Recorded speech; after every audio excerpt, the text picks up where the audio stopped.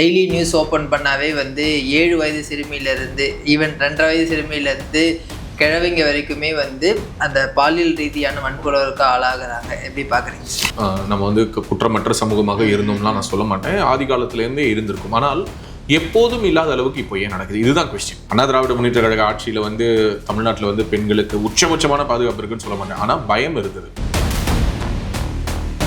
இவ்வளவு புகார்கள் வந்துட்டு இருக்கு. தமிழ்நாடு முதல்வர் என்ன பண்றாருன்னா, காவல்துறை அதிகாரிகளை விட்டு பிரஸ் மீட் வைக்கிறார். நேரடியாக உங்களை போன்ற, எங்களை போன்ற, நம்மை போன்ற எல்லா ஊடகங்களுக்கும் விடுக்கப்பட்ட ஒரு மறைமுக சவால். அப்போது வந்து புகார்கள் கொடுப்பதற்கு பயந்து கொண்டிருந்தார்கள். இப்போது புகார் கொடுக்க வருகிறார்கள். நான் ஒரே ஒரு கேள்வி தான் வைக்கிறேன். ஏங்க இவ்வளவு குற்ற வழக்குகள் பதிவாகுது அப்படின்னா, இல்ல மக்கள் இப்பதான் வெளியில வந்து குற்ற வழக்குகளை பதிவு பண்ணணும்னு நினைக்கிறாங்களா? 5 வருஷத்துக்கு முன்னாடி அவங்களை பதிவு பண்ண விடாம எடப்பாடி பழனிசாமி தடுத்துக்கிட்டு இருந்தாரு. இல்ல குற்றச்செயல்கள் நடக்கல, காவல்துறை மேல பயம் இல்ல, சட்டம் ஒழுங்கு அந்த அளவுக்கு சீர்கெட்டு போயிருக்குது. டெய்லி அவன் நியூஸ் பாக்குறான். காவல்துறை அதிகாரியே ஒரு பெண்ணை பலவந்தப்படுத்துவதற்காக ஒரு வீட்டுக்குள்ளார சீருடையில போனாருன்னு நம்ம நியூஸ் படிக்கிறோம்.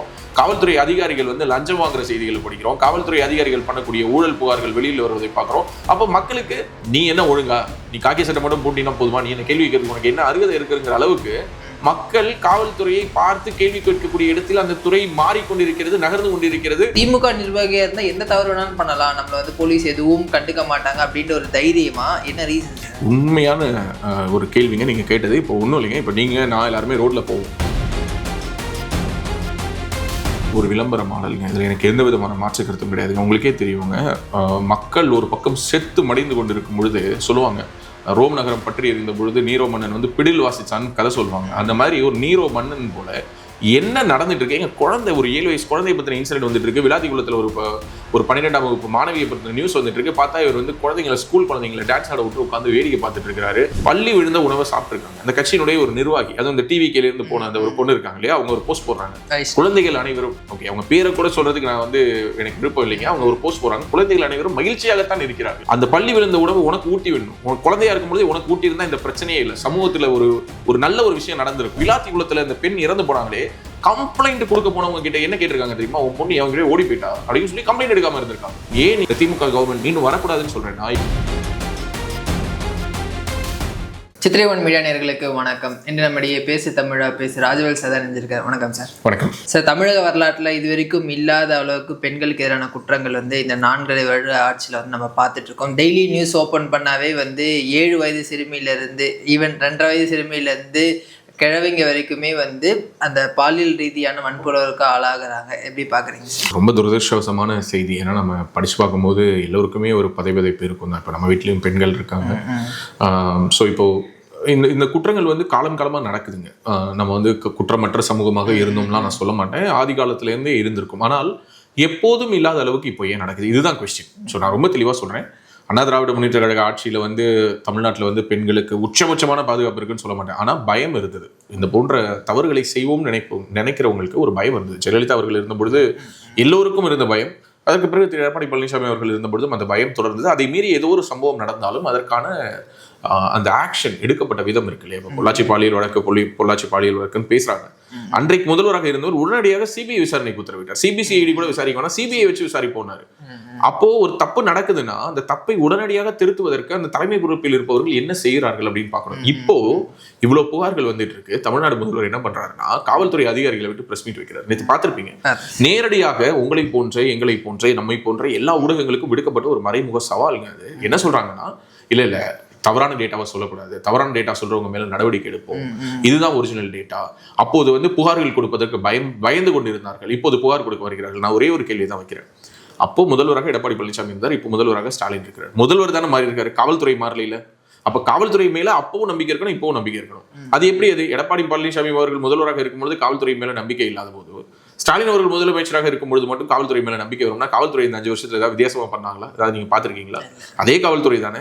அப்ப அந்த காவல்துறை 5 வருடத்துக்கு முன்னதாக அப்படிப்பட்ட நம்பிக்கையை பெறவில்லை என்று சொல்வதே ஒட்டுமொத்த காவல்துறையும் அசிங்கப்படுத்துற மாதிரி. கரெக்டா இல்லைங்களா? சோ அப்போ என்ன சொல்றாங்கன்னா, ஏங்க இவ்வளவு குற்ற வழக்குகள் பதிவாகுது அப்படின்னா, இல்ல மக்கள் இப்பதான் வெளியில வந்து குற்ற வழக்குகளை பதிவு பண்ணணும்னு நினைக்கிறாங்களாம். 5 வருஷத்துக்கு முன்னாடி அவங்களை பதிவு பண்ண விடாம எடப்பாடி பழனிசாமி தடுத்துக்கிட்டு இருந்தாரு. இல்ல குற்றச்செயல்கள் நடக்கலைங்கிறது தான் நிதர்சனமான உண்மை. அப்போது நடக்கவில்லை. இவ்வளவு கஞ்சா, மது, போதை உள்ளிட்ட போதை வஸ்துகள் இவ்வளவு எளிதாக கிடைக்கவில்லை. ஸோ ஒருத்தன் குடிச்சானா அவன் தன்னிலை மறக்கிறான்னு சொல்றாங்க. இப்போ குடிக்கிறது சரி தப்புங்கிற மாரல் போலீசிங்குள்ளார நான் போக விருப்பப்படல, அது தனிநபர் விருப்பமே வச்சுப்போம். ஆனால் அது எதுவரை தனிநபர் விருப்பம்னா, நீ குடிச்சிட்டு நீ உன் வீட்டுக்குள்ளார போய் படுத்துக்கிற வரைக்கும் தான் அது ஒரு தனிநபர் விருப்பம். நீங்க ரோட்டுக்கு வருவ, ரோட்ல போற வண்டியில மறிப்ப, அடிப்ப, உடைப்ப, கஞ்சாவை போட்டு எவனுமே ஒருத்தனை கத்திய வச்சு கழுத்தா இருப்பேன்னா, அல்லது ஒரு வட மாநிலத்தவனை பிடிச்சி போட்டு நீ அடிப்ப ட்ரெயின்ல போறவனா அப்படின்னா, உனக்கு இங்க இருக்கக்கூடிய காவல்துறை மேல பயம் இல்ல, சட்டம் ஒழுங்கு அந்த அளவுக்கு சீர்கெட்டு போயிருக்குது. டெய்லி அவன் நியூஸ் பாக்குறான். காவல்துறை அதிகாரியே ஒரு பெண்ணை பலவந்தப்படுத்துவதற்காக ஒரு வீட்டுக்குள்ளார சீருடையில போனாருன்னு நம்ம நியூஸ் படிக்கிறோம். காவல்துறை அதிகாரிகள் லஞ்சம் வாங்குற செய்திகளை படிக்கிறோம். காவல்துறை அதிகாரிகள் பண்ணக்கூடிய ஊழல் புகார்கள் வெளியில் வருவதை பார்க்கிறோம். அப்போ மக்களுக்கு நீ என்ன ஒழுங்கா, நீ காக்கி சட்டை மட்டும் போட்டினா போதுமா, நீ என்ன கேள்வி கேட்கறதுக்கு உனக்கு என்ன அருகதை இருக்குங்கிற அளவுக்கு மக்கள் காவல்துறையை பார்த்து கேள்வி கேட்கக்கூடிய இடத்தில் அந்த துறை மாறிக்கொண்டிருக்கிறது, நகர்ந்து கொண்டிருக்கிறது, தவறான பாதையில் சென்று கொண்டிருக்கிறது என்பதை தான் நாம் உணர வேண்டிய தருணம் இது. அதை விட்டுட்டு நம்ம என்ன பண்றோம், பதிலுக்கு சப்பக்கட்டு கட்டுறோம். என்ன சப்பக்கட்டு கட்டுறோம்? இல்ல இப்போ குற்ற வழக்குகள் அதிகமாக பதிவு செய்வதற்கு காரணம் மக்களுக்கு காவல்துறையின் மேல் நம்பிக்கை வந்துருச்சு. இதை சொல்வதற்கு உண்மையாகவே காவல்துறையை சேர்ந்தவர்கள் வெட்கப்பட வேண்டும். அப்ப 5 வருஷத்துக்கு முன்னாடி இவ்வளவு நம்பிக்கை இல்லைன்னு சொல்றீங்க, நீங்களே ஒரு ஓப்பன் ஸ்டேட்மெண்ட் ஒத்துக்கிற மாதிரி தானே, கரெக்டுங்களா இல்லையா? இப்போ ஏங்க என்ன தேடி பிரச்சனையை சொல்றீங்க அப்படின்னா, ஏங்க போன வருஷம் சொல்ல அப்படின்னா, இல்ல போன வருஷமும் சொல்லலாம்னு நினைச்சேன் சொல்லல அப்படின்னா, போன வருஷம் உங்களுக்கு அந்த நம்பிக்கை என் மேல இல்லைன்னு அர்த்தம். இப்பதான் சொல்றேன்னா, அப்போ தமிழக முதல்வர் விளக்கம் கொடுக்க வேண்டிய ஒரு விஷயத்துக்கு எதுக்கு இங்க காவல்துறை வாய்தா வாங்குது? காவல்துறை என்பது மக்களை காப்பாற்றுவதற்காக தானே தவிர ஆட்சியை காப்பாற்றுறதுக்கு இல்லை. ஆட்சி அதிகாரம் மாறும். இன்னைக்கு இருக்கக்கூடிய இதே அரசாங்கம் இருந்துருமா? வீழ்த்தவே முடியாத சாம்ராஜ்யங்கள்னு சொன்னதே விழுந்து நொறுங்குனதை நம்ம பார்த்திருக்கோம். ஸோ எத்தனையோ ஆட்சி அதிகாரங்கள் மாறினது தமிழ்நாடு பார்த்திருக்கு, இந்தியா பார்த்திருக்கு, உலகமே பார்த்திருக்கு. இன்றைக்கு ஒரு தலைவராக இருந்தவரை ஒரே நாளில் மக்கள் தூக்கி போட்டதெல்லாம் பார்த்திருக்கோம். ஸோ அப்படி இருக்கும்போது காவல்துறை மக்களுக்கான காவல்துறை, மக்களுடைய வரி பணத்தில் சம்பளம் வாங்குறோங்கிறது உணர்ந்து செயல்படணும் அப்படிங்கிறத நான் சொல்லணும்னு நினைக்கிறேன் சார். அதே மாதிரி இந்த 2.5 வயசு குழந்தை பாலியல் ரீதியாக துன்புறுத்தப்பட்டு கொலை செய்யப்பட்டது.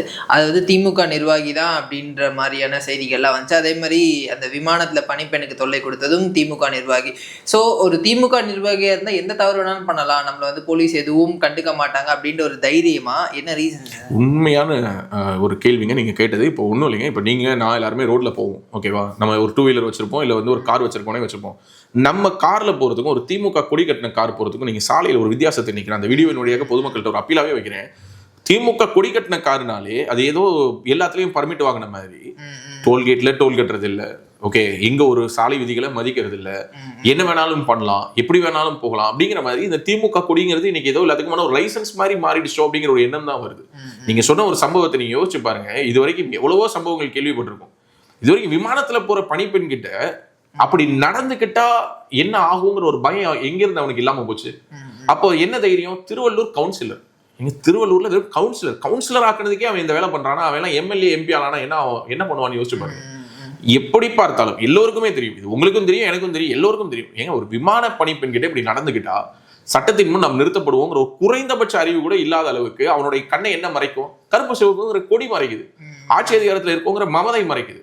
2.5 வயசு குழந்தை மட்டும் இல்ல, ஒவ்வொரு இடத்திலும் நடக்கக்கூடிய சம்பவங்கள் முதலாக நல்லா உங்களுக்கு நினைவுல இருந்ததுன்னா, கனிமொழி அவர்கள் பங்கேற்ற ஒரு பொதுக்கூட்டத்துல KK நகர்ல, சென்னையில மத்திய பகுதியில ஒரு காவலர்கிட்ட அத்துமீறினாங்க. காவலருடன் அத்துமீறிய 2 திமுக நபர்கள் மேல் புகார் கொடுக்கப்பட்டுச்சு. அந்த புகார் வாபஸ் வாங்கப்பட்டு கோர்ட்டுக்கு வெளியில எப்படி கேஸை பேசி ஃபைனல் பண்ணுவாங்களோ அந்த மாதிரி காவல் நிலையத்துக்கு வெளியில் வச்சு அந்த புகாரை பேசி மத்தியஸ்தம் பண்ணி முடிச்சு விட்டாங்க.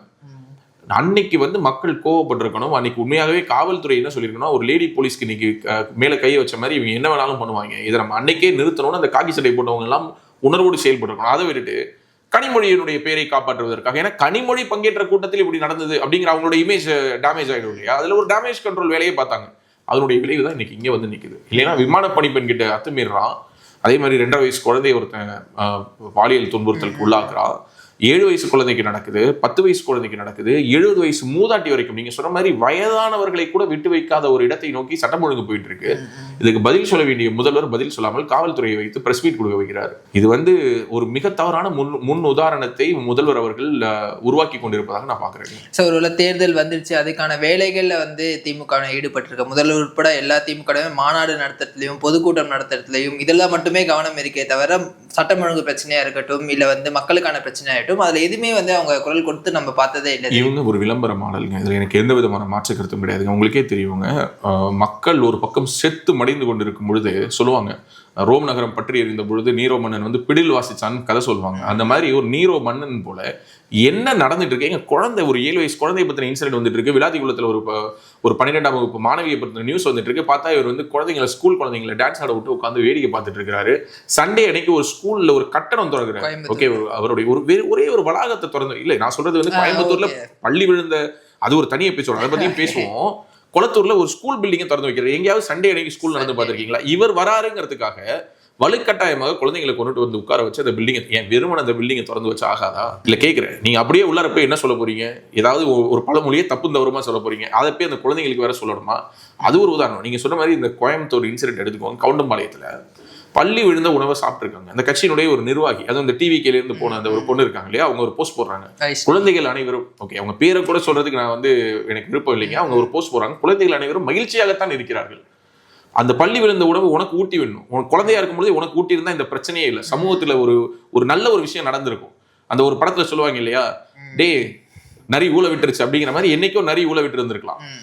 வெக்கமா கொஞ்சம் நீ முட்டு கொடு, தப்பு கிடையாது, நீ தாராளமா முட்டு கொடு. இப்போ எல்லோருக்கும் ஒரு அரசியல் சார்பு நிலைப்பாடுங்கிறது இருக்குங்க. ஆனா இதுக்கெல்லாமா ஏன்னா ஒரு 40 குழந்தைங்க ஹாஸ்பிட்டலைஸ் ஆயிருக்கு, அந்த குழந்தைங்க சந்தோஷமா இருக்காங்கன்னு நீ ட்வீட் போடுற, உன் ட்வீட்டை மக்கள் பாக்குறாங்க, சமூக ஊடகங்கள்ல உன்னுடைய ட்வீட்டை கவனிப்பாங்கன்னு தெரிஞ்சு நீ போடுறீன்னா, உன்னை இயக்கக்கூடியவர்கள் அல்லது அப்படி ஒரு சுதந்திரத்தை உனக்கு கொடுத்து இப்படி ஒரு ட்வீட்டை நீ போடுன்னு சொல்லி ஒரு நரேட்டிவை செட் பண்ண நினைக்கிறவங்க எவ்வளவு கேவலமான ஒரு வக்கரமான ஒரு எண்ணம் கொண்டவங்களா இருப்பாங்க.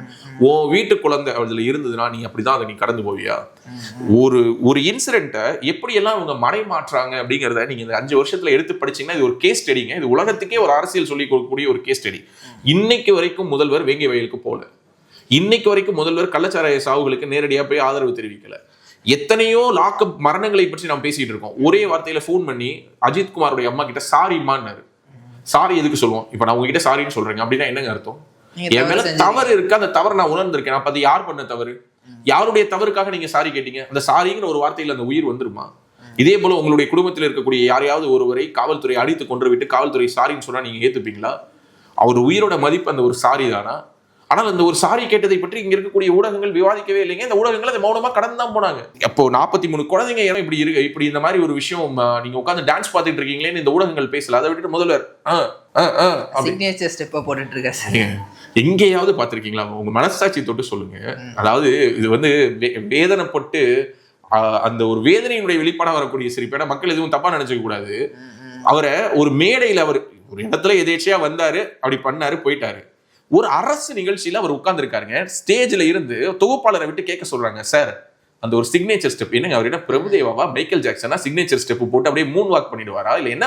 எனக்கு உண்மையாவே புரியல. அவர் எந்திரிச்சு அவருக்கு உண்மையாகவே தெரியலைங்க. அவருக்கு உண்மையாகவே நம்மளை வச்சு இவங்க காமெடி பண்ணிட்டு இருக்காங்கன்னு தெரிஞ்சுதான் அவர் அதெல்லாம் பண்ணுவாரா? இல்ல நீங்க இது வரைக்கும் தமிழ்நாட்டில் எத்தனையோ அரசியல் தலைவர்கள் முதல்வர்கள் இருந்திருக்காங்க. யாராவது இந்த மாதிரி சிக்னேச்சர் ஸ்டெப் எல்லாம் பண்ணி பாத்திருக்கீங்களா? இல்ல தம்பி, உண்மையாவே கேட்கிற பாத்திருக்கீங்களா? இதெல்லாம் மக்கள் உண்மையாவே எப்படிங்க மக்கள் இதெல்லாம் வேடிக்கையா பார்க்க மாட்டாங்களா? வேடிக்கையா பார்க்க மாட்டாங்களா? குளத்தூருக்கு போறாரு. குளத்தூருக்கு போகும்பொழுது சேகர் பாபு பாத்தீங்களா இல்லையா, ஒரு மிகப்பெரிய கொண்டுட்டு வந்துருக்காரு. பழைய வீட்டுல எல்லாம் ரிட்டையர்மெண்ட் ஆகி உட்கார்ந்து இந்த டான்சர் யூனியன்ல ரெஜிஸ்டர் பண்ணி வச்சிருப்பாங்க 50-60 வயசானவங்க எல்லாம். அவங்க எல்லாரையும் கூப்பிட்டு வந்து ஒரு டான்ஸ் ஆட வச்சு ஒரு பாட்டு பாட வச்சு கூட முதல்வரும் கை தட்டி ரசிக்கிறாரு. திடீர்னு போயிட்டு இருக்காரு, பார்த்தா ஒருத்தர் சிலம்பம் சுத்திட்டு இருக்காங்க. அந்த சிலம்பத்தை வாங்கி சுத்துறாரு. அப்படியே அப்படி சுத்துறாரு. அதுக்கு பேர் அவர் சுத்துறாரா, குச்சி சுத்துதா இல்ல அவர் சுத்துறாரான்னு தெரிய மாட்டேங்குது. கேட்டா சிலம்பம் சுற்றிய முதல்வர். அதிர்ச்சியில் எதிர்கட்சிகள். ஏண்டா அவர் சிலம்பம் சுத்துறதுக்கு எதிர்கட்சி ஏண்டா அதிர்ச்சி ஆகணும்? அவர் சிலம்பம் சுத்துறதை பார்த்து இங்க சிலம்பம் கத்துக்கிட்டவங்க தான் அதிர்ச்சி ஆயிட்டாங்க. ஓ, சிலம்பத்தை இப்படி எல்லாம் சுத்த முடியுமான்னு. சோ அப்போ இங்க இருக்கக்கூடிய ஊடகங்கள் ஒரு ஜால்ரா ஊடகங்களாக, திமுகவுக்கு சொம்படிக்கக்கூடிய, திமுகவுக்கு ஒத்துவதக்கூடிய ஊடகங்களாக இருக்கும் பொழுது மக்கள் இந்த செய்திகளை புரிந்து கொள்ள முடியாமல் திணறாங்க. இதை மீறிதாங்க மக்கள் கிட்ட இவ்வளவு விஷயங்கள் போய் சேர்ந்திருக்கு. எங்கேயோ ஒரு குதிரை ஓட்டக்கூடிய ஒரு சிறுவன், ஓகே இங்க விக்னேஷ்னு சொல்லிட்டு நம்ம மெரினா பீச்ல குதிரை ஓட்டிட்டு இருந்த ஒருத்தனை பிடிச்சி சந்தேக கேஸ்ல கொண்டு வந்து அவனை உள்ளார உட்கார வச்சு அடிச்சு கொன்னு அவன் பாடியை கூட கொண்டுட்டு போய் அந்த குடும்பத்துக்கு கொடுக்காம காவல்துறை பாதுகாப்போடு இன்னும் எரிச்சாங்க. அன்னைக்கு முதல்வர் இதுல வந்து சட்டசபையில தவறான செய்தியை பதிவு செய்தார். தவறான செய்தி அன்றைக்கு இருந்த சங்கர் ஜிவால், காவல்துறையினுடைய தலைமை பொறுப்பில் இருந்த சங்கர் ஜிவால் கொடுத்த தவறான செய்தியை பதிவு செய்தார். அது ஒரு தவறான செய்தி பதிவு செய்யப்பட்டதற்கு பிறகு, உண்மை வெளியில் வந்ததற்கு பிறகும் இன்று வரை அதை பற்றி ஒரு பெரிய பேச்சு இல்லை. ஆனால் கடந்த அண்ணா திராவிட முன்னேற்ற கழக ஆட்சியின் பொழுது ஒவ்வொரு இன்சிடென்ட் பொழுதும் எவ்வளவு இந்த ஊடகங்கள் பேசியிருக்காங்க நீங்க யோசிச்சு பாருங்க. நம்ம அதுதான் திரும்பவும் சொன்னேன், இந்த பேட்டியினுடைய தொடக்கத்தில் சொன்னதான் சொல்றேன். அன்று பேசிய ஊடகங்கள் இன்று பேசாமல் மௌனம் காப்பதற்கு என்ன காரணமாக இருக்க முடியும்? ஒரே ஒரு காரணம் தான். என்னன்னா, ஊடகங்கள் அனைத்தும் விலை போய்விட்டது. ஊடகங்கள் இங்கு திமுகவினுடைய துணை அமைப்பு போல செயல்படுகிறது. சோ இப்படிப்பட்ட ஊடகங்கள் இந்த அரசினுடைய இந்த மாதிரியான கேவலமான மிகவும் மோசமான ஒரு ஆட்சியினுடைய அவல நிலையை மக்களிடம் கொண்டு போய் சேர்க்காமல் இங்கு தமிழ்நாட்டில் பாலாறும் தேனாரும் ஓடுகிறது அப்படிங்கிற ஒரு நியூஸை பரப்புவதை ஒரு முழு நேர வேலை திட்டமாக செய்கிறார்கள். மக்கள் இது எல்லாத்தையும் பார்த்துட்டு இருக்காங்க. ஆனா திமுக நார்த்ல பாருங்க எல்லாமே கோடி மீடியாவா இருக்கு அப்படின்ற மாதிரிலாம் விமர்சனம். அப்ப இங்கேயும் அதுதானே சார் நடக்குது. அதெல்லாம் பத்தி பேசுறதுக்கு உங்களுக்கு கொஞ்சமாவது ஒரு அருகதை இருக்குதா? கோடி மீடியான்னு சொல்றதுல உங்களுக்கு கொஞ்சமாவது, நான் சொல்றேன், ஓப்பனா சொல்றேன், தமிழ்நாட்டில் இங்க இருக்கக்கூடிய செய்தி ஊடகங்கள் யாரிடம் வேண்டுமானாலும் அவர்கள் வேலை பார்க்கலாம். இப்ப நியூஸ் 7க்கு ஓனர் யாருன்னு வெளியில கேட்டா வைகுண்டராஜன்வாங்க, புதிய தலைமுறைக்கு வெளியில கேட்டா ஓனர் யாருன்னா பாரிவேந்தருங்குவாங்க, நியூஸ் 18க்கு வெளியில கேட்டா ஓனர் யாருன்னா அம்பானிங்குவாங்க. ஆனால் இவர்கள் எல்லோருடைய விசுவாசமும் அறிவாலயத்துக்கு தான். இவங்க எல்லாருக்கும் ஒரே ஓனர் அறிவாலயம் தான். அறிவாலயத்துக்கு விசுவாசமா இருக்கிறதுக்கு இவங்க வெவ்வேறு நிறுவனங்கள் உட்காந்துட்டு சம்பளம் வாங்குறாங்களே தவிர ஒரு செய்தி ஊடகமாவது எடுத்து நேரலை பண்ணிருக்கணுமா இல்லையா? நீங்க யோசிச்சு பாருங்க. 43 குழந்தைங்க டிஸ்ட்ரிக்ட் ரிப்போர்ட்டர் வச்சிருக்கீங்க, ஸ்டிங்கர்ஸ் வச்சிருக்கீங்க, உங்க எல்லாத்தையுமே ஓபி வேன் இருக்கு, எல்லாரையும் அனுப்புங்க, கோயம்புத்தூர் போங்க, அங்கிருந்து நேரலை கொடுங்கன்னு கொடுத்துருக்கோம்ல. ஒருத்த நேரலை கொடுத்தானா சொல்லுங்க? ஒரே ஒரு செய்தி ஊடகம் நேரலை கொடுத்தானா? மற்ற எல்லாத்துக்கும் நேரலை கொடுக்க தெரியுது இல்ல? கொடுக்குறாங்களா இல்லையாங்க? நீங்களே சொல்லுங்க. ஒரு ஊடகம் ஒருத்தனுக்கு கூட முதுகிழம்பு இல்ல, ஒருத்தங்களுக்கு கூட நிமிர்ந்து நிக்கணுங்கிற எண்ணம் இல்லை. எல்லாருமே தரையாக படுத்துட்டீங்களா? அறிவாலய வாசல்ல போய் பாய விரிச்சு போட்டு படுத்துட்டீங்களா? ஒருத்தரால நேரலை பண்ணிருக்க முடியாதா? விளாத்தி குளத்துல இந்த பெண் இறந்து போனாங்களே, கம்ப்ளைண்ட் கொடுக்க போனவங்க கிட்ட என்ன கேட்டிருக்காங்க தெரியுமா? உன் பொண்ணு அவங்க ஓடி போயிட்டா அப்படின்னு சொல்லி கம்ப்ளைண்ட் எடுக்காம இருந்திருக்காங்க. கோட்டூர்புரத்துல ஒரு இன்சிடென்ட் நடந்த பொழுது, இப்ப கோட்டூர்புரத்துல நேற்று ஒரு நிகழ்வு நடந்ததாக சொன்ன உடனே 3 மணி நேரத்துல அந்த வழக்கை விசாரிச்சு, இல்லை அந்த பெண் மன அழுத்தத்தில் இருந்தார், மன அழுத்தத்தின் காரணமாக, மன அழுத்தத்தில் இருக்கிறவங்க வெவ்வேறு விதமான செயல் செய்வாங்க, தனிமையில் இருப்பாங்க, அல்லது சிலருக்கு தற்கொலை எண்ணங்கள் தோன்றலாம். இப்படியான செயல்கள்லாம் மன அழுத்தத்தில் இருக்கவங்க செய்யறத கேள்விப்பட்டிருப்போம். ஆண்கள்னா இப்போ அவங்க இப்போ ஒரு மச்சான் நான் சரக்கு அடிச்சேன்டா, ஏன்னா மன அழுத்தத்தில் இருக்கேன், டிப்ரெஷன்ல இருக்கேன், இப்படி ஏதோ ஒரு காரணத்தை சொல்றதை பார்த்துருக்கோம். யாராவது மன அழுத்தத்தில் எந்த ஒரு பெண்ணாவது இது வரைக்கும் தமிழ்நாட்டில் என்னை 3 பேர் கடத்திட்டு போனாங்க, 4 பேர் கடத்திட்டு போனாங்க, என்னை பாலியல் துன்புறுத்தலுக்கு உள்ளாக்குனாங்கன்னு எந்த பெண்ணாவது இது வரைக்கும் சொல்லி கேள்விப்பட்டிருக்கான்னு எனக்கு தெரியல. ஆனா தமிழக அரசு சொல்லுது, தமிழக காவல்துறை சொல்லுது, அது எல்லாத்தையும் நாமளும் நம்புறோம். ஏன்னா நம்பிக்கை தானே எல்லாம். அப்படிதான் போயிட்டு இருக்கு. இல்ல நம்மளேனா உனக்கு அந்த படத்துல சொல்ற மாதிரி தான் இதெல்லாம் உண்மையா அப்படின்னா, இல்ல இதெல்லாம் நம்பினாதான் சோறு போடுவோம்னு சொன்னாங்க, உனக்கு சோறு முக்கியமானு கேட்கிற மாதிரி இதெல்லாம் நம்பினாதான் சோறுன்னு எல்லா ஊடகங்களும் அந்த செய்தியை உடனடியே போறாங்க. இதே ஊடகங்கள் தான் போட்டாங்க. இப்போ நீங்களோட நானும் சொல்ல, இந்த செய்தியை சொன்னது யாரு? கோட்டூர்புரத்தில் மாணவிக்கு, கல்லூரி மாணவிக்கு பாலியல் துன்புறுத்தல், திருச்சியிலிருந்து சென்னை வந்த கோட்டூர் மாணவிக்கு கோட்டூர்புரத்தில் பாலியல் துன்புறுத்தல்னு இந்த எல்லா நியூஸ் சேனலும் ஃபிளாஷ் பண்ணாங்க. அடுத்த 3 மணி நேரத்தில் மாணவி மன அழுத்தத்தில் இருந்ததால் அவர் பொய்யான புகார் கொடுத்ததாக காவல்துறை எண்ணம். நான் என்ன சொல்றேன், இங்க ஜேர்னலிசம்னு பேசுறீங்கல்ல, வாய்க்கடியே பேசுறீங்களா? யாராவது ஒரு சீனியர் ஜேர்னலிஸ்ட், யாராவது ஒரு செய்தி ஊடக ஆசிரியர், யாராவது ஒரு இந்த ஊடகங்களை நடத்தக்கூடிய தலைமை பொறுப்புல இருக்கவங்க இதை ஒரு இன்வெஸ்டிகேட்டிவ் ஜேர்னலிசம் பண்ணி அந்த பொண்ணு யாரு, அந்த பொண்ணோட ஐடென்டிட்டி ரிவீல் பண்ண வேணாம். அந்த பொண்ணு ஏன் அந்த மாதிரியான புகார் கொடுத்துச்சு, உண்மையாகவே அந்த பொண்ணு கொடுத்தது பொய் வழக்கு தானா, அந்த பொண்ணு பேசுனதுக்கு பின்னாடி இருக்கக்கூடிய உண்மை தன்மை என்ன, இது எல்லாத்தையும் விசாரிச்சிருக்கணுமா இல்லையா?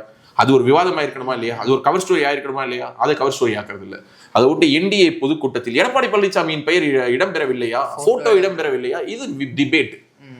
வெக்கமா இல்ல? கொஞ்சமாவது இந்த ஊடகம் அப்படின்னு சொல்லி நீங்க பெருமையா நெஞ்சு நிமிர்த்தி, அது மெயின் ஸ்ட்ரீம் மீடியா. இப்போ நீங்களோட நடத்துறது ஒரு டிஜிட்டல் மீடியா. நம்மள டிஜிட்டல் மீடியா ஆகிய நம்மள ஊடகவியலாளர் கணக்கிலே இவங்க சேர்க்க மாட்டாங்க. இவங்க சேர்க்கவே வேணாம். மக்கள் நம்மளை சேர்த்துக்கிறாங்க. மக்கள் நம்மள தானே பாக்குறாங்க. ஒரு உண்மையை பேசுவதற்கான இடமாக இன்று டிஜிட்டல் மீடியாக்கள் தான் இருக்கிறது என்று மக்கள் நம்புகிறார்கள். அதனாலதான் யூடியூப் சேனல் பாக்குறாங்க. இன்னைக்கு ஒவ்வொரு மெயின் ஸ்ட்ரீம் மீடியாவுமே அவங்களோட யூடியூப் சேனலுக்கு தான் வேலை பார்த்துட்டு இருக்காங்க. மெயின் ஸ்ட்ரீம்ல யாரும் செய்திகளை கன்சியூம் பண்றது இல்லைன்னு அவங்களுக்கே தெரியுது. ஸோ அப்போ இங்க இருக்கக்கூடிய ஊடகங்கள் முன்னெடுக்க வேண்டிய விவாதம் என்ன? இவ்வளவு கொலைகள் நடக்குது, இவ்வளவு பாலியல் துன்புறுத்தல்கள் நடக்குது, இவ்வளவு குற்ற வழக்குகள் அதிகரிக்குது, தமிழ்நாட்டில் சட்டம் ஒழுங்கு எதை நோக்கி போயிட்டு இருக்குன்னு ஒரு டெலிவிஷன்ல டிபேட் நடக்கல. அப்போ மக்கள் இதையெல்லாம் உணர வேண்டும். ஏன் இவர்கள் இந்த திமுக கவர்மெண்ட் மீண்டும் வரக்கூடாதுன்னு சொல்றேன்னா, இவங்க கோடி மீடியான்னு சொல்லி இது கோடிக்கெல்லாம் கோடி, இது அதை போன்ற ஒரு 100 மடங்கு ஒரு தவறான வேலையை இவர்கள் செய்து கொண்டிருக்கிறார்கள். அவர்கள் செய்வதை மக்கள் இந்த கவர்மெண்ட்டை தொடர விட்டாங்கன்னா எவ்வளவு பெரிய ஒரு ஆபத்தான ஒரு போக்கு. ஒரு எமர்ஜென்சி காலத்துல எப்படி கவர்மெண்ட் ஃபில்டர் பண்ணி இங்க இருக்கக்கூடிய ஊடகங்கள்ல என்ன தலைப்பு செய்தி வரணும், என்ன நியூஸ் போடணும், அரசாங்கத்தை பத்தி பேசணுமா கூடாதா, இப்படி எல்லாம் தீர்மானிச்சாங்க இல்லையா? அப்படியான ஒரு நிலையை நோக்கி தமிழ்நாட்டை எடுத்துட்டு போயிட்டு இருக்காங்க.